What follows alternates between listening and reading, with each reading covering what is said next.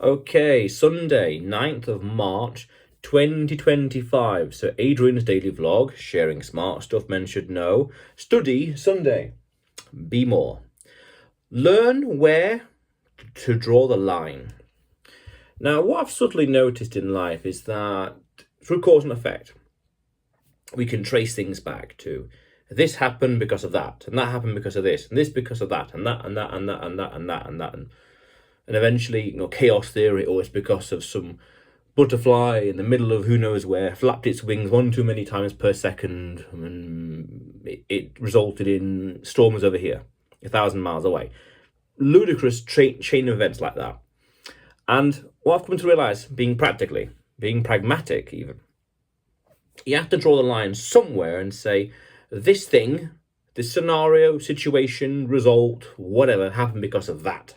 This thing here. Now, logically, you could continue in saying X and Y and Z and A and B and C, but you got to draw the line somewhere and say this.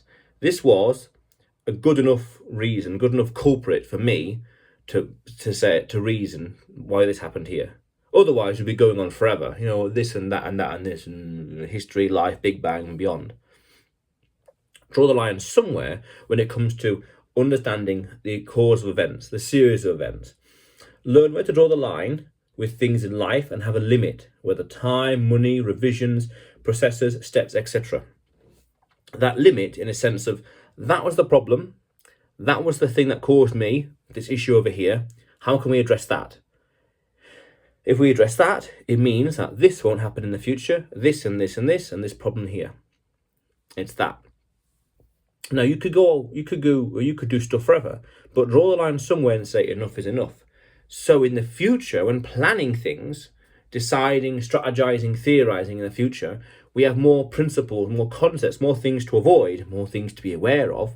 Because if this thing caused a problem here today in some facet, then it could do in the future. And other things before and after as well, being conscious of them, but drawing the line saying that's the problem, I'm going to focus on that, improve and create contingencies to deal with this problem in the future.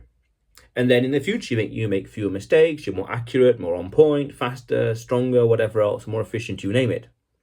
Reduces the error rate. That's powerful, very useful. So the question then, for example, it's a practical matter. With one of my projects, I have a project, this asset that I create. I create it once. And then I do revisions. Now I could do essentially polishing and improving and refining. I could do that one time. I could do it 100 times, practically speaking, on paper. Of course, time and whatever else. But I could say, well, how many times is enough? How many revisions is enough? And then this product is good enough to be commercialized, to be sold. Well, pick a number. 5 is as good as 10, and 100 is even better. But time. So I draw the line and say 3 times. 3 revisions, and that's it. Do no more, unless it's something compelling, drastic, specific, emergency. Otherwise, 3, draw the line somewhere, that's enough.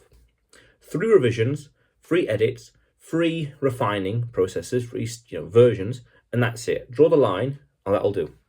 And that idea, that thought process, establishes the methodology, the standard, the template, the pipeline for future products and projects. And that's the discipline that needs the discipline to stick to it and focus on it. Now, I could do 10 revisions and 10 rounds of polishing, but things like time, other constraints kick in. Remember, the world is quite connected. Time considerations kick in. And then you can also go one step further and say law of diminishing returns. If I keep going, each subsequent time, each subsequent cycle, the changes or the impact, how productive is it? How useful is it? Less and less over time. So I draw the line and say 3 versions, and that's it. Being very practical, being very disciplined. 3, that's it. Move on, sell it. Next product, next project. Create, refine, sell. Powerful stuff. Have to draw the line somewhere in life.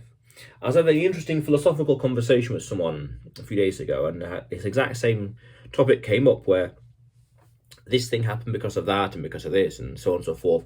And I say pragmatically, enough's enough. This is the problem. This is the culprit, that. Otherwise, we'll be here all day, theorizing and planning and pondering and following chain events. And that's it. That's very important as a practical matter in life. I want to do X or Y or Z. I got these things to go through every day, these articles to read. And of course, I could try and blast 10 of them in a day, reading them. But one I can do, 2, 3, and that's the minimum, the discipline, That's what I try and aim for. I do remember, now think about it, in November 2014, I guess it was, 15, 16, can't remember. I was doing a crash course on trading in London, and it was Forex trading, and they had this principle that a trader has a goal every day. And when they hit that goal, subjective goal, they say no more. They have that discipline. They draw the line at that, not getting carried away with greed in this context, with money making, or on the same idea, not getting carried away with editing and trying to refine it with this product that I talked about. Drawing that line and saying enough's enough. And it's important in life to know when to draw the line and say enough is enough, this is good enough, pending on more knowledge, better, more defined and refined targets, you name it, changing things changing fundamentally, enough's enough. That'll do nicely, that's it. Next.